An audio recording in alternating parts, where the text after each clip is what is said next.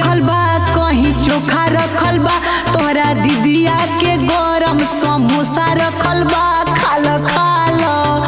खालो खालो एही तो मटर पनीर खालो खालो खालो खालो ए अगुआ मटर पनीर खालो खालो फूल गेना के पतई चाकर चाकर फूल गेना के पतई चाकर चाकर फूल गेना हितवा के बहिनी में ट्रैक्टर समाला भैंसा समाला कुछ ना भेटला हमर भैया समाला फूल गेना के पतई चाकर चाकर फूल गेना के पतई चाकर चाकर फूल गेना